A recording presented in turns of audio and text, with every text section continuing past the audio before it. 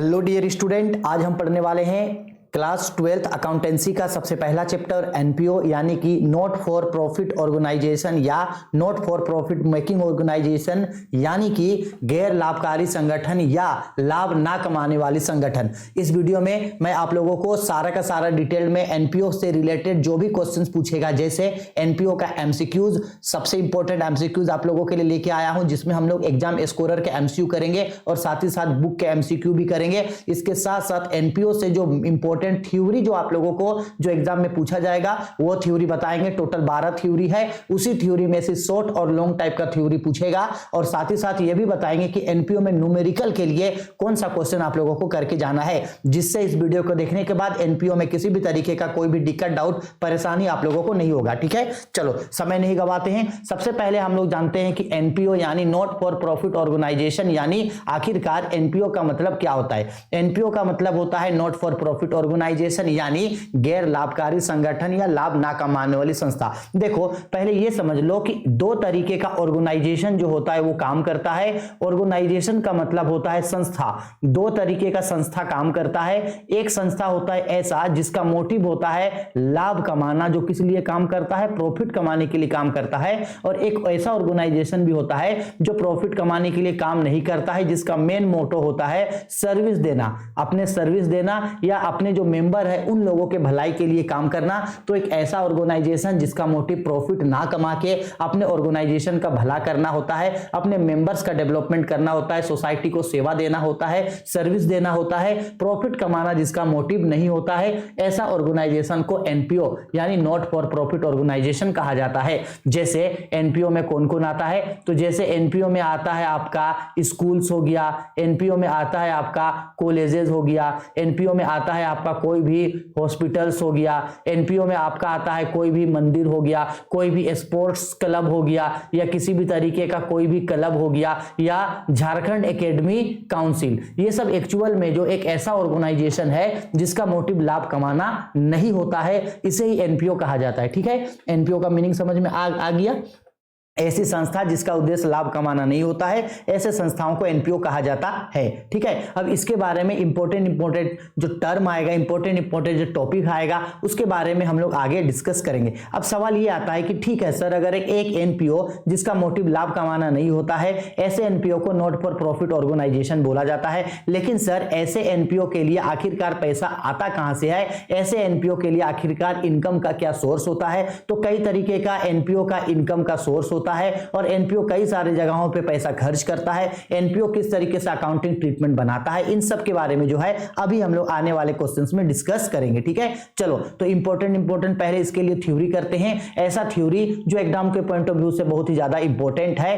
तो हम आप लोगों को ये जो थ्योरी है, ये थ्योरी इंग्लिश में लिखे हैं, लेकिन हम आप लोगों को डिटेल्ड में हिंदी में भी आसानी से समझा देंगे। तो सबसे पहला थ्योरी ये बोला, what do you mean by not for profit organisation, यानी कि आपको ये पूछ रहा है कि एनपीओ क्या होता है। तो एनपीओ का मतलब हम अभी बताएं, उसी चीज को देखो यहां पे लिखे हैं आंसर में कि NPO refer to an organisation of और institutions which provide services to its members और society without aiming the profit, यानी एक ऐसा ऑर्गेनाइजेशन जो सोसाइटी के लिए सर्विस देने के लिए या अपने मेंबर के डेवलपमेंट के लिए, अपने मेंबर को सर्विस देने के लिए जो ऑर्गेनाइजेशन चलता है, जिस ऑर्गेनाइजेशन का मोटिव प्रॉफिट कमाना नहीं होता है, ऐसे ऑर्गेनाइजेशन को एनपीओ कहा जाता है। जैसे एग्जांपल में, जैसे कोई भी स्कूल हो गया, कोई भी कॉलेजेस हो गया, कोई भी हॉस्पिटल्स हो गया, कोई भी स्पोर्ट्स क्लब हो गया, झारखंड एकेडमी काउंसिल यानी जैक बोर्ड हो गया, एटसेट्रा। ऐसे ऑर्गेनाइजेशन जो है मेरे लिए नॉट फॉर प्रॉफिट ऑर्गेनाइजेशन कहलाता है। हिंदी वाले सुन लो, ऐसी संस्था जिन संस्था का उद्देश्य लाभ कमाना नहीं होता है, सेवा करना होता है, ऐसी संस्थाएं गैर लाभकारी संस्था कहलाती है। ठीक है, क्वेश्चन नंबर 2 में होता है, क्वेश्चन नंबर 2 पे बोल रहा है what is subscription. Most important question है कि सब्सक्रिप्शन क्या होता है, व्हाट इज सब्सक्रिप्शन। तो इसको अच्छा से समझिएगा। सब्सक्रिप्शन का मतलब होता है, सपोज कर लो कि एक एनपीओ का जितना भी मेंबर है, उन एनपीओ के मेंबर्स के द्वारा द्वारा अपने एनपीओ को जो पैसा मिलता है वही पैसा उसके लिए सब्सक्रिप्शन कहलाता है। यानी सब्सक्रिप्शन जो है एनपीओ का सबसे बड़ा इनकम का सोर्स है। सब्सक्रिप्शन जो है एक रेवेन्यू इनकम होता है, क्योंकि सब्सक्रिप्शन से एनपीओ को जो है वो हमेशा पैसा मिलता है। एक एनपीओ में जो मेंबर्स हैं, एक एनपीओ का जो मेंबर है वो मेंबर अपने एनपीओ को जो पैसा देता है वही सब्सक्रिप्शन कहलाता है। ठीक है, अब देखो इसका मीनिंग में बोला, it is an regular payment made by the members of the organisation. एक ऑर्गेनाइजेशन का जो मेंबर होता है वो मेंबर्स अपने ऑर्गेनाइजेशन को जो पैसा देता है वही सब्सक्रिप्शन होता है। It is generally contributed annually by the members of the organisation. और सब्सक्रिप्शन जो है वो एनपीओ के मेंबर्स के द्वारा दिया जाता है। It is main sources of income for NPO. और ये एनपीओ के लिए इनकम का सबसे बड़ा मेन सोर्स होता है सब्सक्रिप्शन। ठीक है, सब्सक्रिप्शन किसके द्वारा मिलता है? मेंबर्स के द्वारा मिलता है। एक मेंबर को, एक एनपीओ को अपने मेंबर से जो पैसा मिलता है वो सब्सक्रिप्शन कहलाता है। ठीक है, आया समझ में? अब आते हैं क्वेश्चन नंबर 3 पे, व्हाट इज लेगेसी। अच्छा, एक चीज गलती से छूट गया लिखना कि डोनेशन क्या होता है। देखो, जो सब्सक्रिप्शन और डोनेशन में क्या फर्क होता है? सब्सक्रिप्शन होता है कि अपने ही मेंबर्स के, एक क्लब का जो मेंबर है उन मेंबर से जो पैसा मिलेगा वो सब्सक्रिप्शन। सेम अगर क्लब का मेंबर नहीं है, क्लब के बाहर के लोगों से जो पैसा मिलेगा, ऑर्गेनाइजेशन के बाहर के लोगों से जो पैसा मिलता है वही क्या कहलाता है? डोनेशन कहलाता है। डोनेशन मतलब होता है कि एनपीओ से बाहर के लोगों से पैसा मिला है। ठीक है, आगे समझ में? अब आते हैं व्हाट इज लेगेसी। तो लेगेसी क्या होता है, ध्यान से समझना। लेगेसी का मतलब होता है वसीयत। लेगेसी का मतलब वसीयत। लेगेसी का मतलब होता है कि किसी पर्सन का मृत्यु हो जाने के बाद उस पर्सन का जो भी सामान या जो भी पैसा या जो भी प्रॉपर्टी है, जब वो चीज एनपीओ को मिलता है तो इसे ही लेगेसी कहा जाता है। और लेगेसी को एनपीओ के लिए लायबिलिटी माना जाता है। ठीक है, आया समझ में? देखो अब क्या बोला, यहां देखो बोल रहा है legacy is the money which NPO gets by will. Will का मतलब होता है किसी पर्सन का डेथ हो जाने के बाद, विल ऑफ ए पर्सन, किसी पर्सन के मर जाने के बाद, उसकी मृत्यु होने के बाद एनपीओ को जो पैसा या जो प्रॉपर्टी मिलता है वही लेगेसी कहलाता है। It is a capital receipt and it is treated as liability. ये एनपीओ के लिए क्या होता है, याद रखना, ये कैपिटल रिसिप्ट होता है और लेगेसी एनपीओ के लिए क्या होता है? लायबिलिटी होता है। It is show on liability side of balance sheet. और लेगेसी को बैलेंस शीट के लायबिलिटी साइड में दिखाया जाता है। इंपॉर्टेंट है, लेगेसी को लायबिलिटी माना जाता है। ठीक है, एमसीक्यू पूछता है इसका।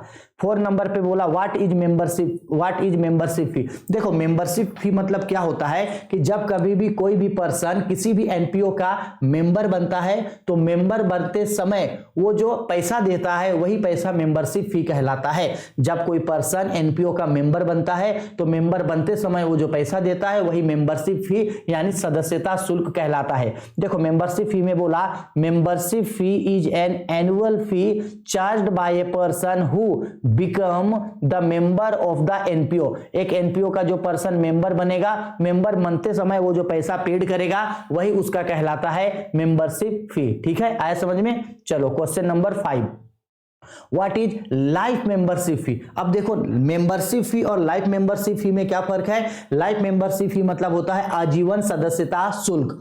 आजीवन सदस्यता शुल्क यानी जब कोई पर्सन किसी एनपीओ का लाइफ टाइम के लिए मेंबर बनना चाहेगा और लाइफ टाइम मेंबर बनने के लिए एक ही बार में वो अपना मेंबरशिप फी पेड करेगा, बोलेगा कि यही मेंबरशिप फी मेरा फर्स्ट एंड फाइनल है, हम लाइफ टाइम के लिए इस एनपीओ का मेंबर रहेंगे और पूरे लाइफ टाइम के लिए एक बार जो वो पैसा देता है वही कहलाता है लाइफ मेंबरशिप फी। और चूंकि लाइफ मेंबरशिप फी एक बार मिलता है इसलिए लाइफ मेंबरशिप फी को कैपिटल रिसिप्ट माना जाता है। ठीक है, देखो यही बोला membership if granted to a person for whole life, पूरे लाइफ के लिए, a special fee is charged from him और हर। जब कोई पर्सन किसी एनपीओ का लाइफ टाइम के लिए मेंबर बनता है तब उस समय जो उसको पैसा चार्ज किया जाता है वही लाइफ मेंबरशिप फी होता है।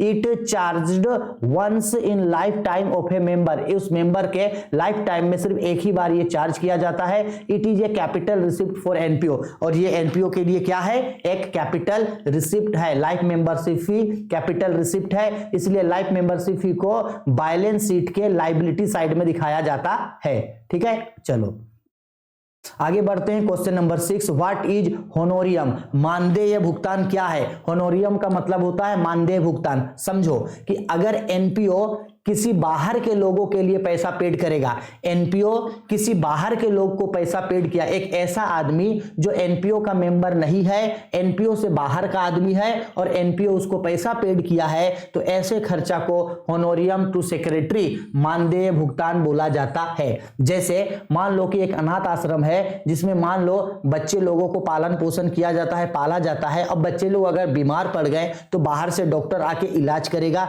तो क्या डॉक्टर को पैसा नहीं देना देना होगा। तो क्या डॉक्टर क्लब का मेंबर है? नहीं है। तो उस समय उसको जो पैसा दिए वो होनोरियम टू सेक्रेटरी होगा। बच्चा लोग बहुत ज्यादा बोर हो रहा है, उन लोगों को एंटरटेनमेंट के लिए सिंगर को बुलाए, डांसर को बुलाए, प्रोग्राम करके वो लोग गया, तो सिंगर और डांसर लोग को पैसा देना होगा, तो वही कहलाता है होनोरियम टू सेक्रेटरी। जो एनपीओ से बाहर के लोगों को जो पैसा पेड होता है वो होनोरियम सेक्रेटरी होता है। और होनोरियम बार बार पेड करना पड़ता है, इसलिए वो होनोरियम टू सेक्रेटरी जो है वो रेवेन्यू एक्सपेंसेस होता है, रेवेन्यू एक्सपेंडिचर या रेवेन्यू पेमेंट होता है, क्योंकि बार बार करना पड़ता है। बोला गया है होनोरियम में it is the amount paid to the person who looks after the functioning, functioning मतलब है काम करना, functioning of the organisation but is not the employ of the organisation, लेकिन वो ऑर्गेनाइजेशन का एम्प्लॉय नहीं होता है। ठीक है, अब आते हैं what is endowment fund? Endowment fund का मतलब होता है आपका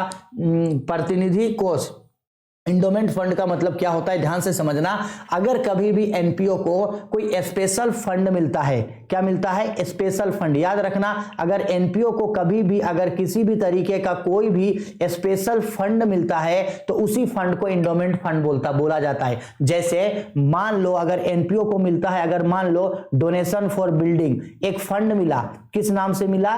डोनेशन फॉर बिल्डिंग के नाम से, यानी ये जो डोनेशन का पैसा है, इस डोनेशन का पैसा सिर्फ और सिर्फ बिल्डिंग बनाने में खर्च होगा, तो ऐसे फंड को इंडोमेंट फंड बोला जाता है। ठीक है, और चूंकि ये फंड है तो इसको हम लोग बैलेंस शीट के लायबिलिटी साइड में दिखाते हैं। ठीक है, आगे समझ में, जब कभी भी कोई भी डोनेशन स्पेशल नाम से मिलता है तो वो इंडोमेंट फंड कहलाता है। ठीक है, आगे question number 9, what is capital fund? Capital fund कैसे निकाला जाता है? तो देखो एक फॉर्मूला होता है, capital fund is equal to asset minus liability. इसको ऐसे भी बोला जा सकता है, capital fund is equal to total asset minus total liability. ये फॉर्मूला होता है कैपिटल फंड निकालने का। कैपिटल फंड यानी कैपिटल, हम लोग क्लास 11th में भी पढ़े हैं, capital is equal to asset minus liability, वही चीज यहां पे पूछ रहा है। ठीक, अब आते हैं क्वेश्चन नंबर 9 पे, what is fund based accounting? Fund based accounting क्या है? अच्छा से समझना कि कभी भी अगर कोई भी एनपीओ, कभी भी अगर कोई भी एनपीओ जिस अकाउंटिंग सिस्टम को अपनाता है, यानी एक एनपीओ जो receipts and payment account, income and expenditure account बनाता है, और साथ ही साथ जितने भी उनके पास फंड होते हैं, जैसे मैच फंड हो गया, टूर्नामेंट फंड हो गया, प्राइज फंड हो गया, जो भी फंड होता है उस फंड को बनाने के लिए जो अकाउंटिंग ट्रीटमेंट यूज होता है वही फंड बेस्ड अकाउंटिंग होता है। और फंड बेस्ड अकाउंटिंग का यूज सिर्फ और सिर्फ कोई एनपीओ करता है। क्या करता है? सिर्फ और सिर्फ इसका यूज कोई या तो एनपीओ करता है या एनपीओ की जगह कोई एनजीओ इसका यूज करता है। यही फंड बेस्ड अकाउंटिंग होता है। ठीक है, चलो क्वेश्चन नंबर 10 में, what is receipts and payment account? Most important चीज, receipt and payment account and income and expenditure account. अब ध्यान से समझ लो रिसिप्ट एंड पेमेंट क्या अकाउंट होता है। तो basically receipt and payment account एक ऐसा अकाउंट होता है जो रियल अकाउंट से मेल खाता है। किस अकाउंट से जी? रियल अकाउंट से। रिसिप्ट एंड पेमेंट अकाउंट एक किस तरीके का अकाउंट है? एक रियल अकाउंट है। रिसिप्ट एंड पेमेंट अकाउंट एक ऐसे अकाउंट है जो सिमिलर होता है कैशबुक का। किसका सिमिलर होता है? कैशबुक का। रिसिप्ट्स एंड पेमेंट अकाउंट एक ऐसा अकाउंट होता है जिसमें सिर्फ और सिर्फ रिसिप्ट्स एंड पेमेंट को दिखाया जाता है। जितने भी रिसिप्ट्स होते हैं उसको डेबिट में दिखाया जाता है और जितना भी पेमेंट्स होता है उसको क्रेडिट में दिखाया जाता है। रिसिप्ट्स एंड पेमेंट अकाउंट में कभी भी क्रेडिट या ड्यू ट्रांजैक्शन को नहीं दिखाया जाता है और ना ही आउटस्टैंडिंग ट्रांजैक्शन को दिखाया जाता है।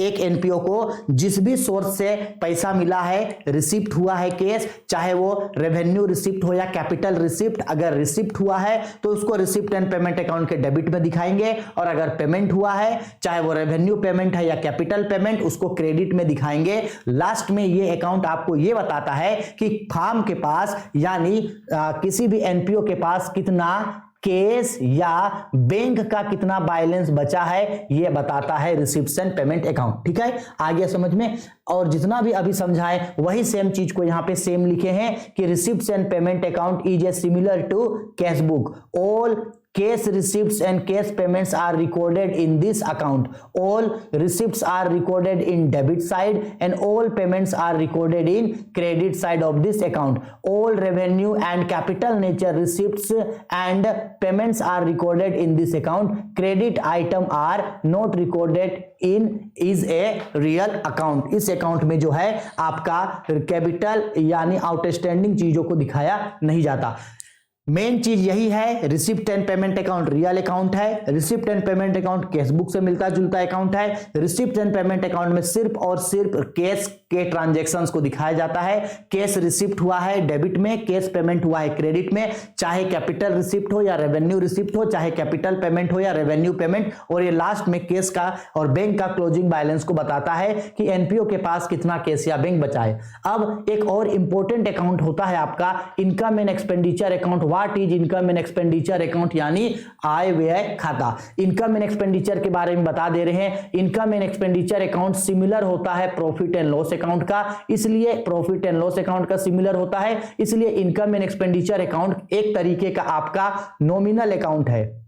याद रखना कौन सा अकाउंट होता है, ये नॉमिनल अकाउंट होता है। इनकम एंड एक्सपेंडिचर अकाउंट एक ऐसा अकाउंट होता है जिसमें बेसिकली रेवेन्यू नेचर के ट्रांजैक्शंस को दिखाते हैं, रेवेन्यू इनकम और रेवेन्यू एक्सपेंडिचर को दिखाते हैं। जो भी रेवेन्यू एक्सपेंडिचर होता है उसको डेबिट में दिखाते हैं, जो भी रेवेन्यू इनकम्स होता है उसको क्रेडिट में दिखाते हैं। और लास्ट में receive income and expenditure account ये बताता है कि कितना रुपया का सरप्लस हुआ है या कितना रुपया का डिफिशिएट हुआ है। इनकम एंड एक्सपेंडिचर अकाउंट में कभी भी कैपिटल नेचर का किसी भी ट्रांजैक्शंस को नहीं दिखाते हैं। यही इनकम एंड एक्सपेंडिचर अकाउंट होता है जिसमें सिर्फ और सिर्फ रेवेन्यू इनकम्स और रेवेन्यू एक्सपेंडिचर को दिखाया जाता है। और इनकम एंड एक्सपेंडिचर अकाउंट बनाने से क्या पता चलता है, तो इससे पता चलता है आपका सरप्लस का, जब कौन सा बैलेंस कम होता है, डेबिट बैलेंस कम होता है, और फिर या तो फिर डिफिशिएट का पता चलता है जब कौन सा बैलेंस घटता है, क्रेडिट बैलेंस घटता है। ठीक है, इसके बाद लास्ट क्वेश्चन और important question, what is difference between receipts and payment account and income and expenditure account. Most important question है, मोस्ट इंपॉर्टेंट, बहुत इंपॉर्टेंट क्वेश्चन है। इसको आप लोग खुद से कर लेना कि रिसिप्ट एंड पेमेंट अकाउंट और इनकम एंड एक्सपेंडिचर अकाउंट में क्या डिफरेंस है। अगर आप इन दोनों का मीनिंग जान गए हो तो आप इजीली तरीके से डिफरेंस को बता सकते हो।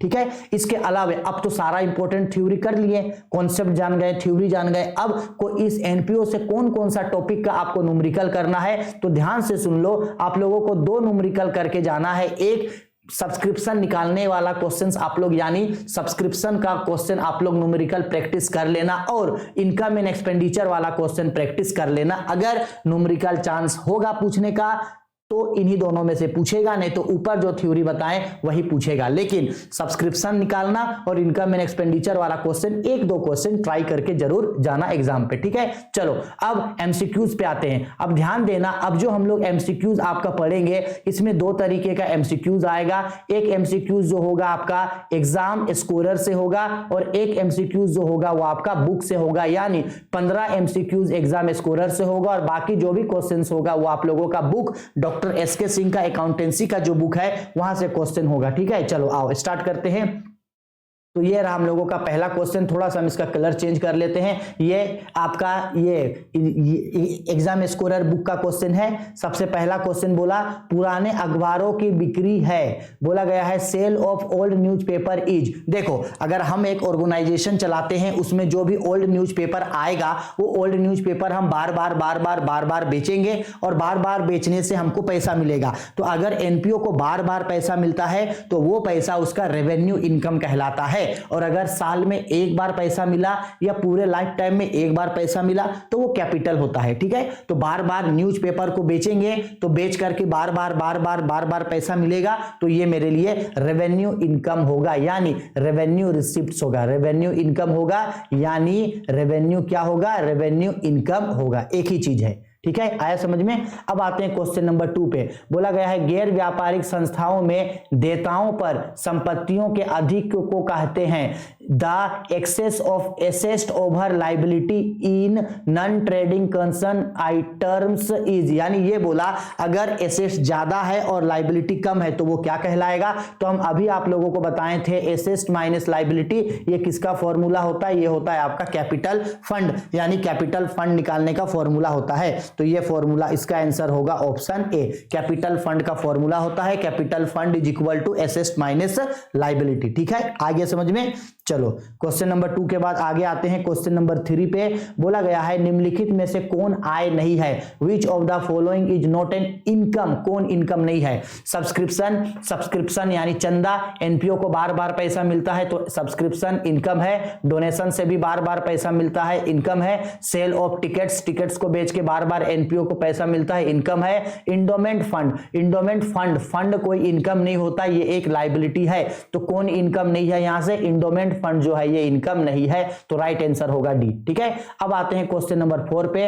आय व्यय खाते में लिखे जाते हैं लेन देन दर्ज करने के लिए। Income and expenditure accounts is recorded transaction only. बताओ इनकम एंड एक्सपेंडिचर अकाउंट में सिर्फ और सिर्फ कौन से नेचर के ट्रांजैक्शन को लिखा जाता है, अभी बताए थे, सिर्फ और सिर्फ रेवेन्यू, रेवेन्यू नेचर के ट्रांजैक्शंस को लिखा जाता है, यानी इसका ऑप्शन होगा option B, revenue nature only. सिर्फ और सिर्फ आयगत प्रकृति वाले चीजों को लिखा जाता है, पूंजीगत कैपिटल का कोई भी ट्रांजैक्शंस को नहीं लिखा जाता है। ठीक है, आगे बढ़ते हैं, आगे आते हैं हम लोग क्वेश्चन नंबर 5 पे, थोड़ा सा ऊपर और हाँ, क्वेश्चन नंबर 5 बोला गया है पुरस्कार कोष से संबंधित आय एवं व्यय को दिखाया जाता है। Income and expenditure related to prize fund is shown in. Prize fund, prize fund को किसमें दिखाएंगे, तो हम अभी आप लोगों को बताए थे इंडोमेंट फंड के समय में कि कभी भी जो भी फंड होता है, फंड फंड फंड को हमेशा बैलेंस शीट के लाइबिलिटी साइड दिखाया जाता है। किस साइड, लाइबिलिटी साइड। तो इसका राइट आंसर होगा option C, liability side of the balance sheet. Balance sheet के लाइबिलिटी साइड में दिखाया जाता है, फंड को हमेशा बैलेंस शीट के लाइबिलिटी में दिखाएंगे।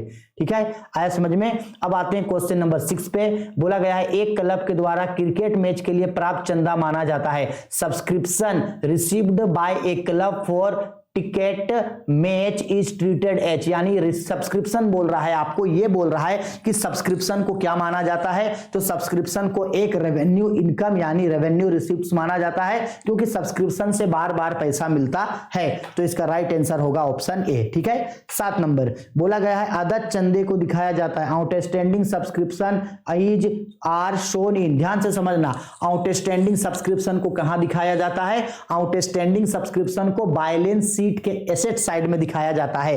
कहां दिखाया जाता है, बैलेंस शीट के एसेट साइड में दिखाया जाता है। और लाइबिलिटी साइड में किसको दिखाया जाता है, तो लाइबिलिटी साइड में दिखाया जाता है आपका एडवांस सब्सक्रिप्शन को, एडवांस सब्सक्रिप्शन को दिखाया जाता है, इस चीज को याद रखना। ठीक है, आउटस्टैंडिंग सब्सक्रिप्शन को कहां दिखाएंगे, इसको बैलेंस शीट के एसेट साइड में दिखाया जाता है।